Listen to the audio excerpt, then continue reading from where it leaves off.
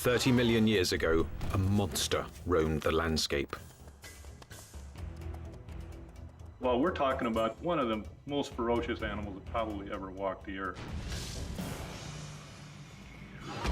This was the biggest beast to live in North America since the dinosaurs. Look at the size of that skull. Look at all those teeth in there. There is no animal like this anywhere. See, if this thing's biting over the front... But this creature's true character has baffled the world's best paleontologists. It might look like a pig, but it's more vicious than a grizzly bear. One thing is for sure, this beast was so frightening, some call it the pig from hell.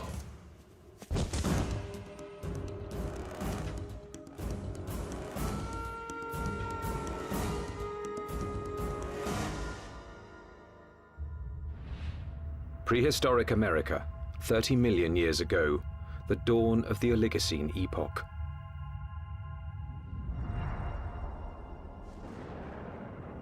The Earth was cooling, and as temperatures dropped, the landscape began to change.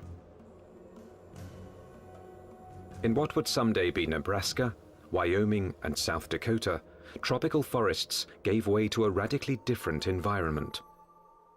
As forests disappeared, animals had to adapt to a dangerous new world of wide open spaces with nowhere to hide. A world where there was only one way to survive: run for your life. Camels become adapted for open country, horses become adapted for open country, and you have to be able to escape your predators by being fast runners. As prey animals became harder to catch, predators also had to change. In this arms race, it took speed and jaw power to stave off starvation. There were nimravids, cat-like creatures with saber teeth, which could kill with one quick bite.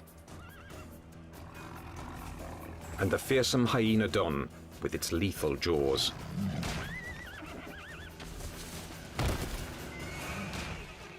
There was another animal stalking these deadly grasslands. Scientists call it the entelodont. More than a meter at the shoulder, weighing in at 270 kilos, entelodont was the Oligocene's #1 menace. Entelodonts, I mean, they were really bad-looking animals that only a mother could love.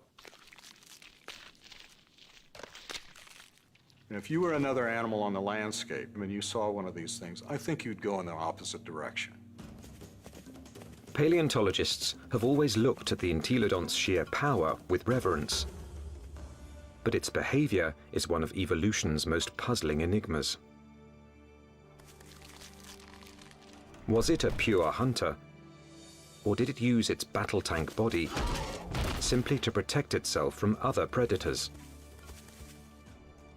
Between the biting and the chewing, you wanted to stay away from the business end of this animal. Just look at it. Look at the size of that skull. Look at all those teeth in there. There is no animal like this anywhere. Entelodont's name means perfect-toothed.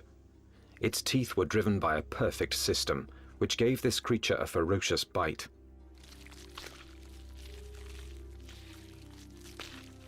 Its jaw power came from two massive cheekbones that leveraged the muscles and supercharged them, driving the deadliest jaws of its time. Jaws that could open 90 degrees and could clamp down harder than a hippo's or a crocodile's. This beast was bioengineered to bite. But what it was eating and why remains a mystery. Entelodonts have no modern relatives, no modern close relatives. So it makes it a challenge for a paleontologist to figure out how they made their living. What would an animal with such an enormous flange on its face, such enormous teeth, be eating? What was it doing? Entelodont fossils first caught the attention of scientists in the 1850s. They decided it was a bear-like creature. But then grooves in the teeth suggested that entelodonts were digging for plant roots, meaning that they literally ate like pigs. Today, scientific analysis has confirmed that the entelodont's closest living relative is the pig. But while this creature has some pig-like features, scientists have struggled to place it in any one category. In many ways, they're analogous to pigs, but they're also analogous to bears. They're also analogous to hyenas. Nobody's thought about these animals before. And there's no animal alive today that is a direct comparison to entelodonts. The lifestyle of entelodonts has provided paleontologists with difficult questions. A new generation of scientists is looking at the entelodont to determine why this plant-eating animal had teeth like a carnivore.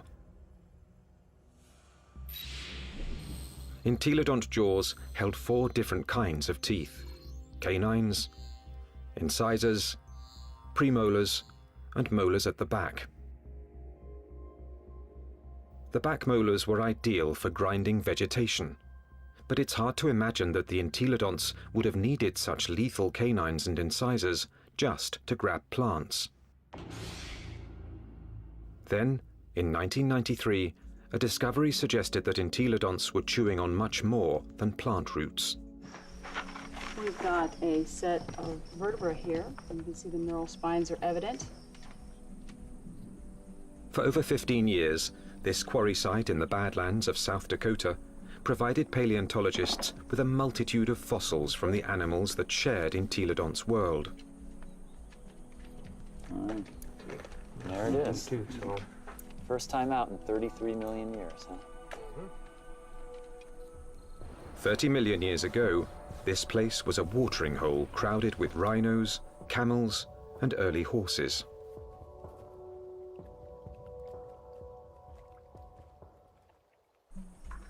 Well, we have some articulated ribs. Scientists also found one of the largest collections of entelodont bones in the history of North America. So many that they dubbed the site the Big Pig Dig. Fossil hunters also found the prehistoric equivalent of fingerprints. Entelodont teeth marks all over the bones of the biggest and fastest animals of its time.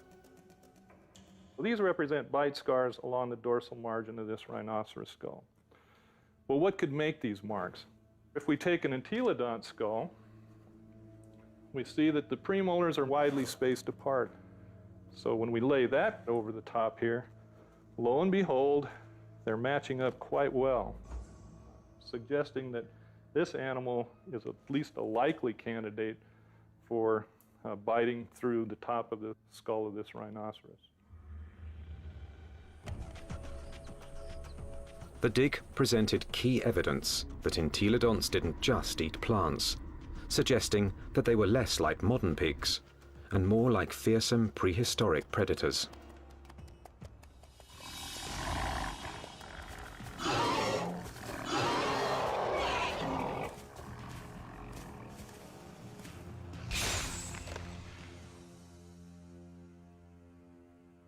If we look at the front of the mouth of an entelodont, it's got a very strong bite that's interlocking. The teeth come together like that. The tips of the teeth don't touch each other, so it's not really specialized for cropping vegetation. In addition to interlocking, the front teeth angle slightly forward, giving entelodonts the ability to grab and nip, something plant eaters don't need, but meat eaters do.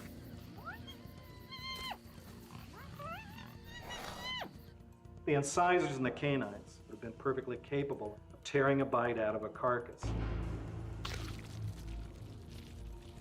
But dentition isn't the only reason paleontologists believe the entelodont was a dedicated carnivore.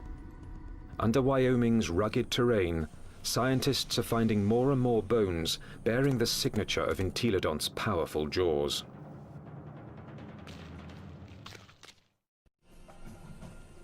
Across the Great Plains of North America, scientists are investigating a prehistoric pig. Entelodont has the teeth and jaws of a fierce predator, but its long, thin legs and cloven hooves suggest it might not be a very good hunter, because it couldn't use them to grab prey. Who was this beast, nicknamed the Pig from Hell? One veteran fossil hunter believes he's found the answer. I look at him as an attack predator, that he was top-of-the-line predator, just like the lion is today in Africa, and just like T-Rex was in the late Cretaceous. Paleontologist Kent Sundell has great respect for this creature's power to kill. At Wyoming's White River Formation, he's found what he thinks is ultimate proof of its hunting prowess. 25 million years ago, this was a flat plain near a river where horses, camels, and rhinos gathered to drink.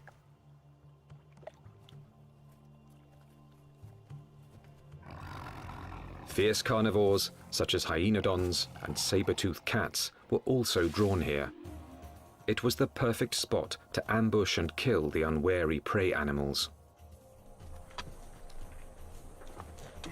In 1998, Dr. Sundell found the mangled skeletons of 7 miniature camels jumbled together. All the bones had been gnawed, and 6 were missing their hind quarters. In theory, they could have been the victims of several predators, like the hyenodon or early saber-toothed cats. But when Dr. Sundell matched up the teeth from White River's meat-eaters with the bite marks on the camel's bones, only one fitted.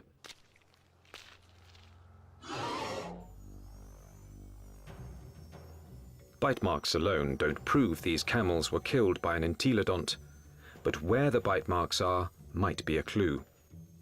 On the camels, I showed they were bitten in the back of the skull and at the top of the neck. He gets next to that prey and he tries to get a puncture wound through the cranium. Dr. Sundell believes this is the mark of a true predator, which kills before it eats. And hundreds of miles away, in Ohio, there's more evidence that entelodonts could have hunted. Evidence from a scientific journey no one's ever taken before. Inside an entelodont's 30-million-year-old head.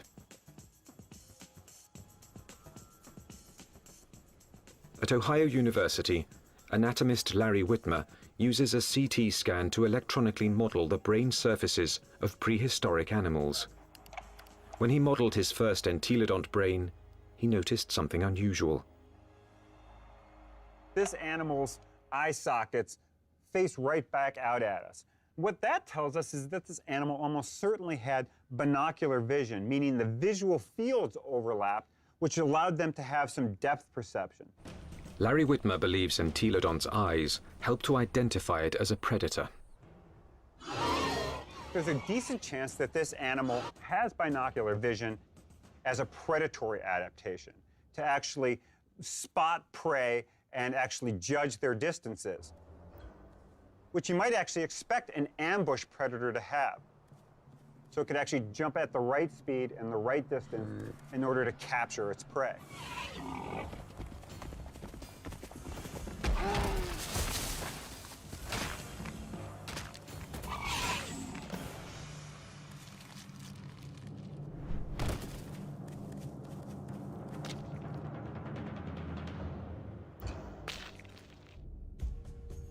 But entelodont's bizarre bioengineering doesn't inspire confidence that it could run and jump. Its body bones are light compared with its massive skull. But in fact, entelodonts easily carried their enormous heads, without tipping over, using powerful packs of muscle bulging from the top of the spine to the legs, and from the back of the head to the tail. The animal's head was cantilevered out in front of its body with these ligaments that ran from these spines down to the skull. It had full muscle all along either side here, and it had muscles coming from the sternum up to the jaw down here. Massive muscles carried its oversized head.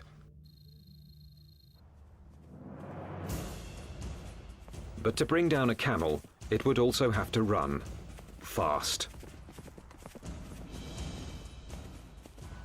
And that's when the Entelodont's agile, lightweight body may have paid off. There's just one problem. When a predator catches its prey, it relies on its claws to grab it and bring it down.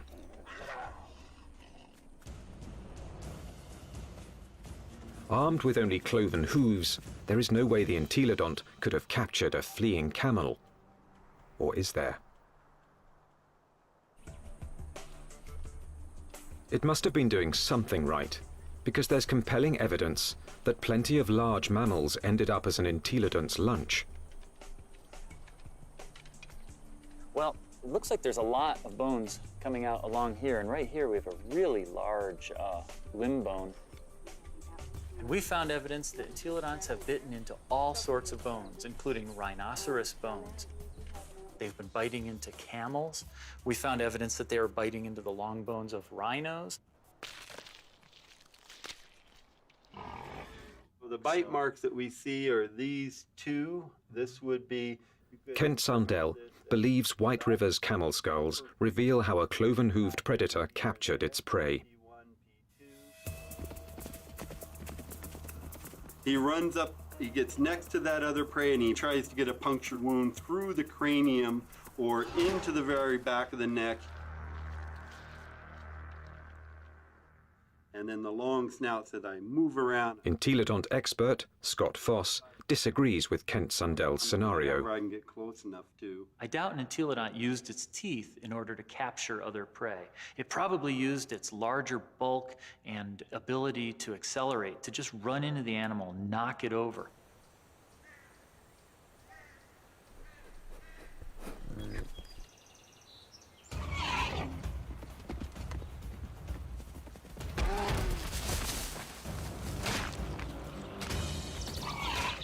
Once I had that animal knocked over, then the teeth can go into business, then the jaw goes into business, and it could crush whatever it went into.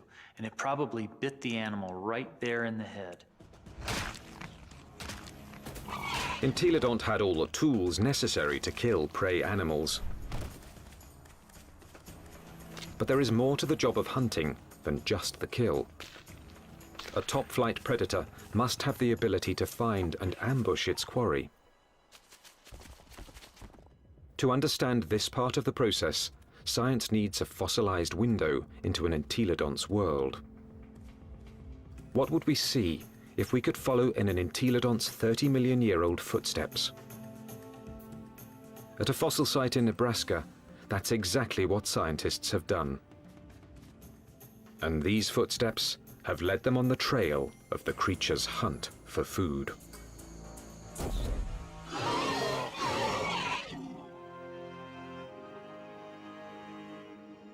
Northwest Nebraska, home to Toadstool Geologic Park, one of America's more remote tourist destinations, and a treasure trove for anyone fascinated by life's ancient past.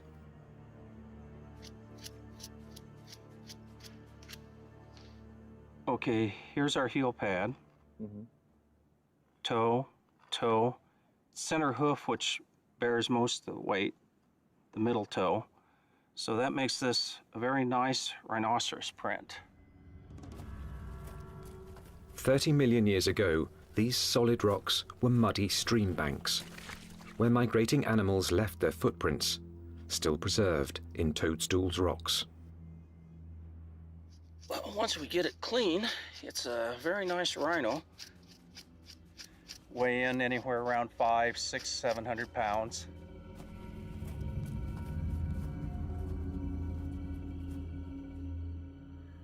Dave Nixon has spent over 25 years analyzing the fossilized animal tracks of Toadstool Park. So on the first slabs over there. He pours water on 30-million-year-old tracks to make them more visible. He can then interpret the animal's behavior. And he's walking at a deliberate pace, but not excited until he gets to this point. He starts to become stuck in the mud and shows quite a bit of emotion here because he really kicks, lands here, and he's out of the mud, but he puts another leap in, and the third bound takes him out of our exposure, and we're seeing excitement, if not fear. And if you're a herbivore, somebody always wants you for lunch. The rocks reveal that something was following the rhinos. We also have some smaller tracks. They look really tiny until you realize they're the tips of the toes. And what we have is an entelodont. The entelodont tracks at Toadstool Park give experts like Dave Nixon an unparalleled opportunity to understand how these creatures might have hunted. Because on that day, 30 million years ago, entelodonts weren't the only animals following the rhinos. And we have a set of carnivore tracks over here. These are smaller, and there are some claw marks on the inside. And we have another set right here. That carnivore may have been a hyenodon. 30 million years ago, hyenodon was one of the top carnivores in North America. Its powerful jaws could pin down any prey animal. Then its razor-like teeth would finish the kill. But it also had the patience to track the prey over long distances. The carnivores are following the herd animals who go through first and fairly close. They'd be relatively on the heels of the group.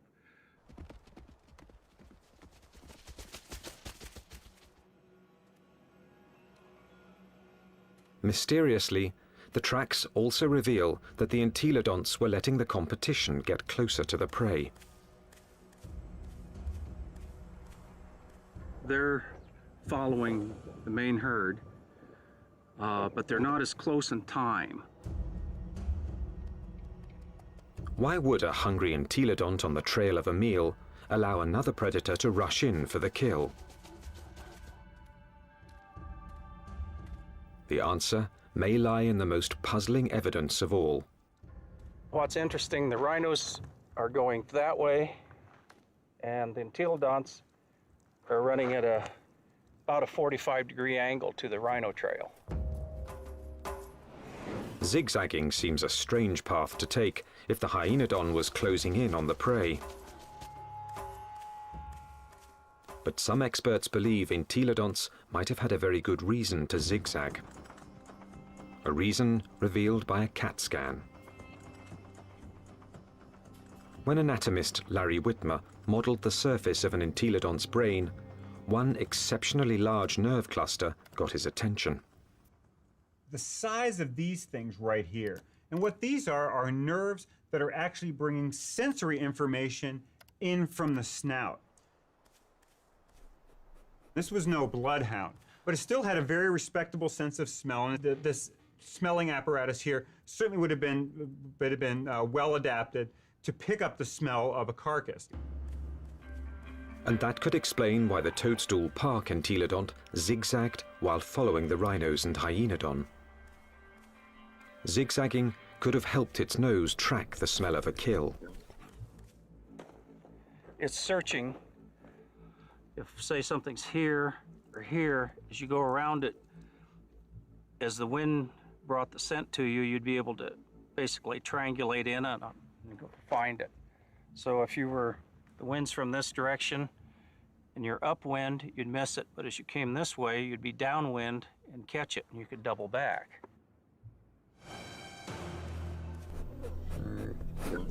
It puts its nose up in the wind, it catches the scent, and then it's going to start zigzagging along, walking from one side of the riverbank to the other until it picks up a smell, and then it'll start zeroing in on it. And by moving from side to side, it's able to pick up changes in that smell and zero in which direction it wants to go. How do we know this behavior? Because animals with good smell do that today. Modern predator behavior could provide crucial clues as to how the entelodont lived. There's no doubt that this 30-million-year-old battle tank was built to kill, but it may have let others do the killing and then moved in to take possession. One of the strategies we often see that takes place is where one animal will chase another one off of a carcass. We see this at Yellowstone National Park, where wolves will bring down an elk and a grizzly bear will chase off the wolves because it's bigger, it's nastier. This might have happened to the hyenodon at Toadstool Park.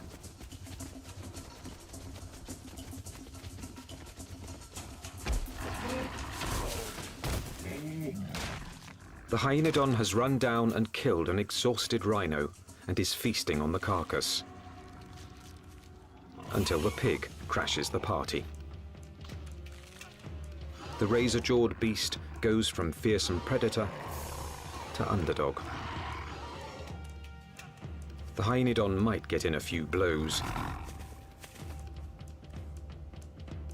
but the entelodont's bulk would overpower its rival.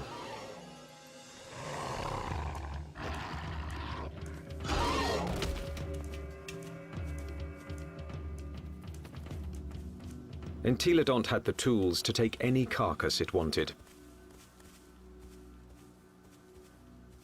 I can't think of any other carnivore that might stand up to it.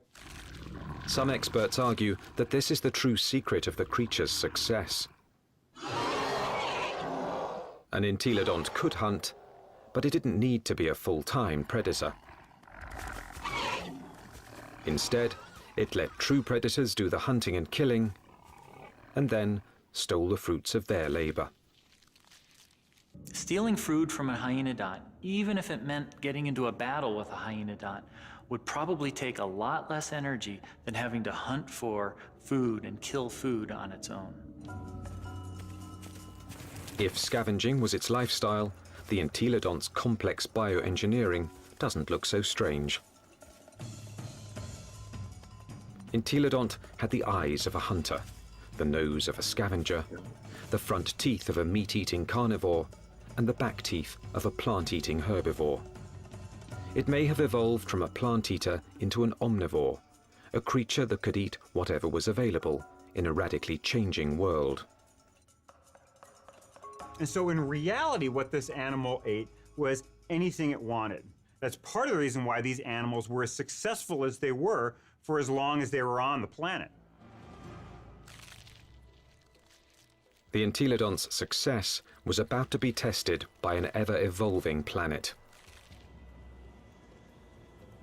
The Earth was growing cooler, and the landscape was changing. Some of the entelodont's fiercest rivals would not survive, but the pig from hell was about to show it could withstand the test of evolution by getting bigger.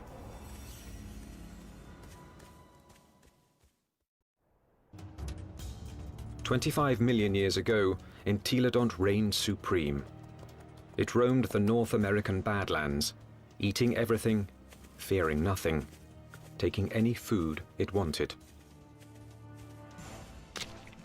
Well, we're talking about the biggest, meanest animal that ever walked the Badlands, and was one of the most ferocious animals that probably ever walked the earth. Nothing could stop the entelodont from dominating their world for millions of years to come. Nothing, that is, except planet Earth. 25 million years ago, the time known as the Miocene began.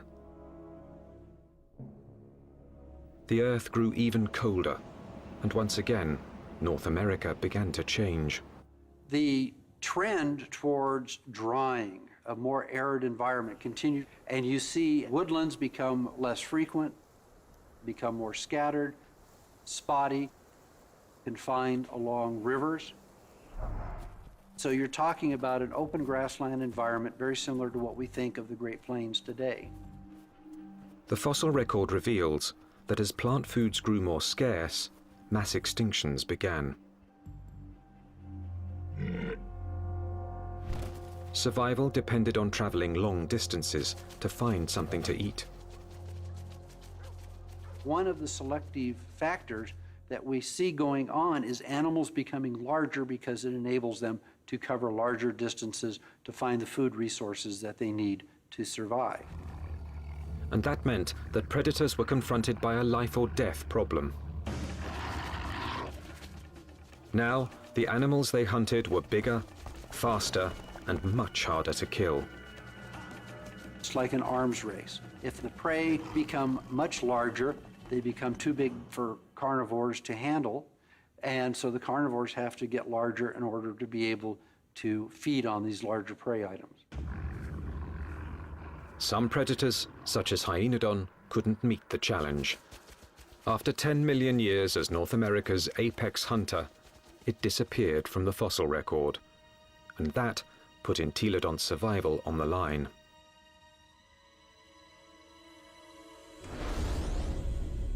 When the predator is gone, the scavenger is now in danger. The scavenger now needs to adjust its lifestyle. And if the scavenger isn't very flexible, it's going to have a difficult time. And in fact, the so-called pig from hell disappeared from the fossil record at about the same time. But this species wasn't gone. Entelodonts evolved to rule the North American plains with a vengeance. This pig hadn't become extinct, it had supersized. This new version stood over 2 meters tall and was 4 to 5 times the size of its predecessor. It still had a battle tank body and a sprinter's legs. Its skull and jaws were now even more massive and more intimidating. It was bigger than a modern bison.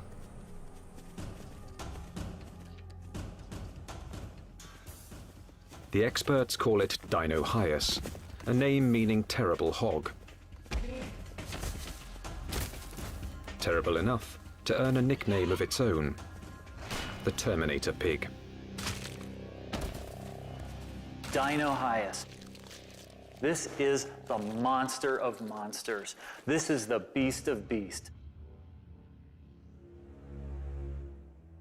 The skull alone is almost 1 meter long. This thing could bite through anything. The canines are this big around. They're just an enormous animal. And what is it doing?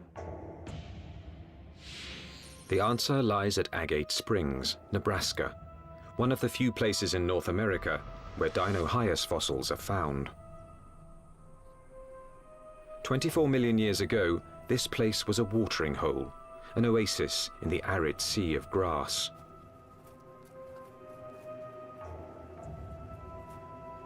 Hundreds of animals, many of them rhinos, gathered here to drink.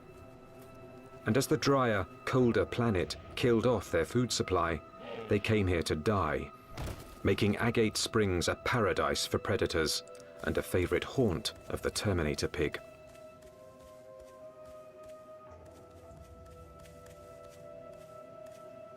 This thing was eating the big animals. We think that this guy was specializing on the large rhinos that lived at the time, on the calicotheres that lived here at Agate Springs.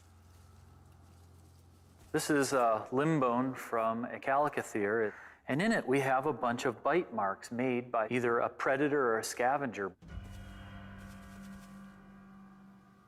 The Entelodont premolar, one of the teeth you find just behind the canine, appears to match these holes very well. When its crushing jaws bit into some of the Miocine's biggest mammals, Dinohyus was chewing on more than meat.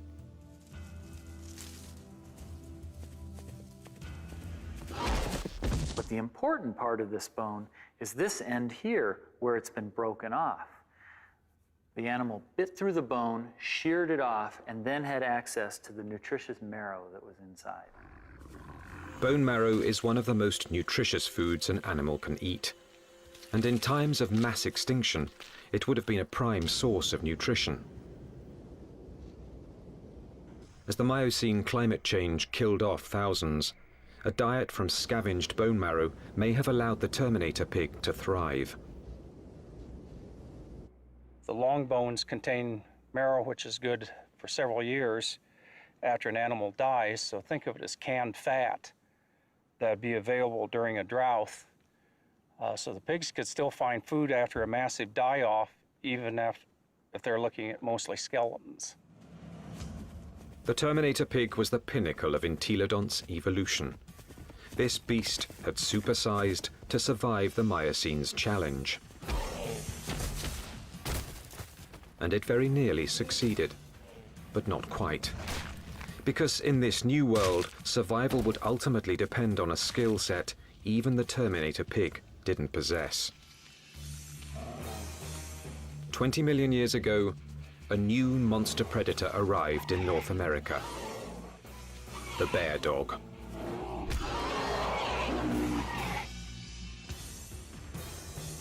The Miocene epoch, 20 million years ago. In what's now northwest Nebraska, Dinohyus, aka the Terminator pig, is settling down to eat. The chances are good that its meal will be interrupted.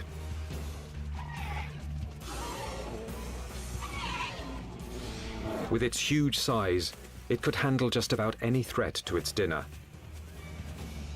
Except a threat it had never seen before: the bear dog. A recent arrival from Asia, this savage, bone-crushing beast wouldn't back down from any fight.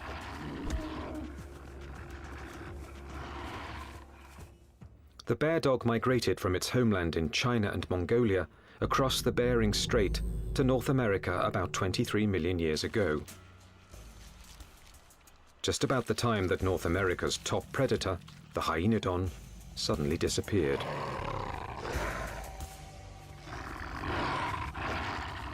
Scientists suspect that it wasn't a coincidence.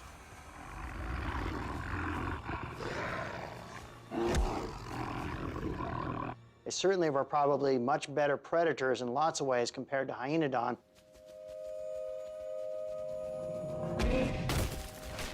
And so it's a reasonable expectation that they probably drove the last of hyenodon to extinction in North America. With hyenodons gone from North America, the bear dogs faced off with their only remaining competition: the Terminator pig.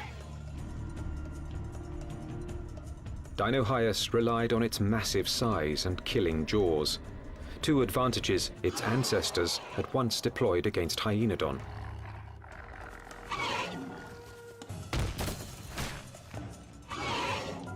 But the bear dogs counterattacked with new evolutionary weapons.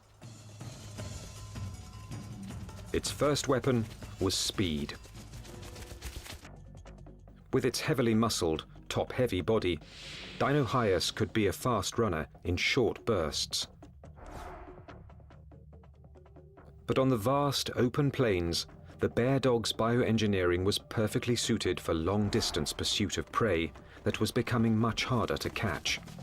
When you look at the skeleton of this animal, it's a much more sophisticated, much faster running animal. We see longer legs in the horses, longer legs in the camels. So if it came to running down prey items, this animal would have had an advantage. Its next weapon was its teeth. Entelodonts ate well because their jaws and teeth could tear flesh and crush bone to extract its highly nutritious marrow. But bear dogs could do these things just as well. In fact, even better.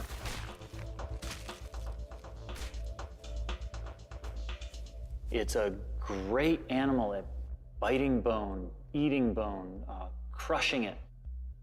And it also has a set of teeth that are sharper than any entelodonts. Entelodonts, for example, wear the tips of their huge canines off, and they're not actually very good for puncturing, probably because they spent so much time crushing bone with them. This animal never does that. Its canine teeth are always much sharper. It also has better slashing teeth in its jaw than any entelodont had. So in many ways, it did a better job of what entelodonts had done than entelodonts ever did. The bear dogs could outrun and outbite the Terminator pig. And they had a third weapon the entelodont never possessed. The deadliest power ever to evolve on Earth. Bear dogs actually had much more advanced brains. Brains that were much more like what we see with modern animals. So where these entelodonts had relatively archaic, simple, smooth brains, these bear dogs actually had a much more expanded neocortex that was more highly folded. These were more sophisticated animals. Instead of developing brain power, entelodonts had responded to the Miocene challenge by supersizing into Dinohyus. For almost 20 million years, they had ruled their world by brute force.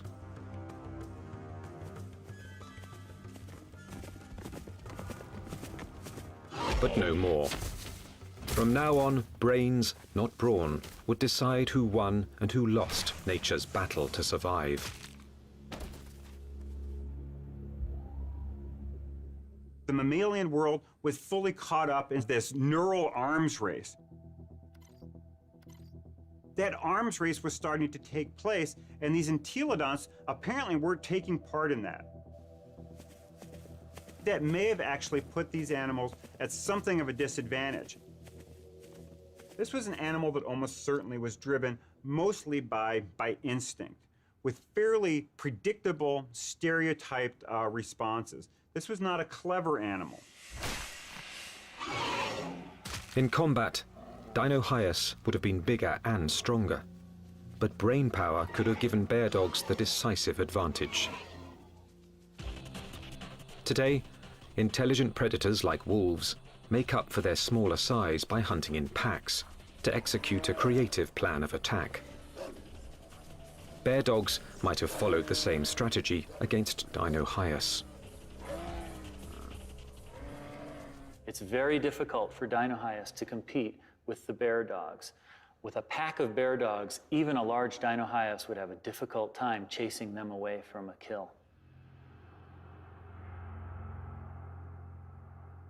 These smaller, less powerful, but more clever animals potentially were able to actually steal kills away from Dinohyus. That they actually could have used different kinds of techniques. Fooling Dinohyus, being able to lead it away, or to actually even take on Dinohyus itself in actual combat.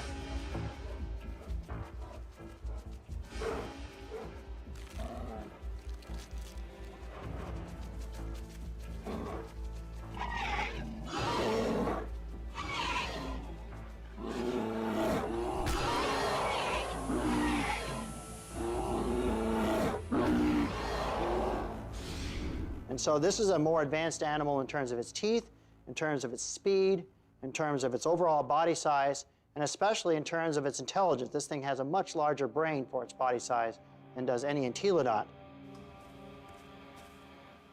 This animal had entelodonts beat in almost every way you can think of. Within a few million years, after bear dogs arrived in North America, they had squeezed Dinohyus out. Its favorite food, the Calicothea, was also extinct.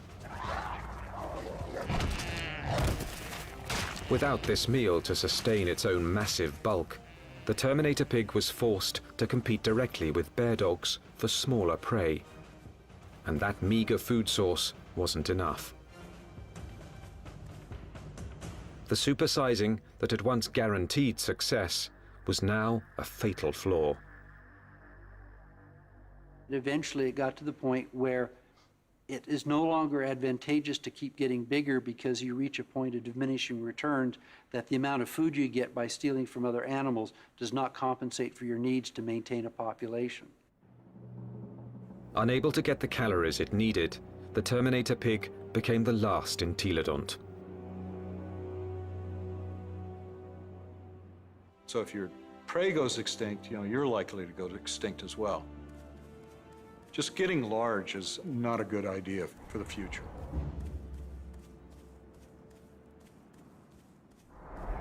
Despite its rapid demise, entelodont was an evolutionary success. It dominated its environment for nearly 20 million years. It had the ability and intelligence to either hunt, scavenge, or forage, allowing it to survive on any available food source. This behavior is now the norm for more modern omnivores, like bears and humans. And some think a bit of entelodont's predatory instinct still lives on. When I was a kid growing up on a farm, I was always told, don't fall down the pig pen, they'll eat you. But the entelodont's living legacy isn't what fascinates the experts. Science is unraveling its secrets. Nothing else quite like it has ever walked the earth.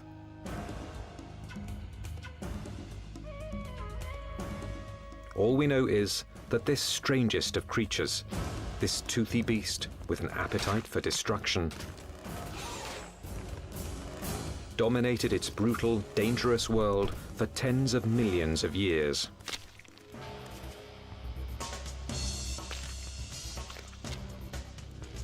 A powerful tribute to the entelodont, perhaps the most unusual and the most mysterious of all prehistoric predators.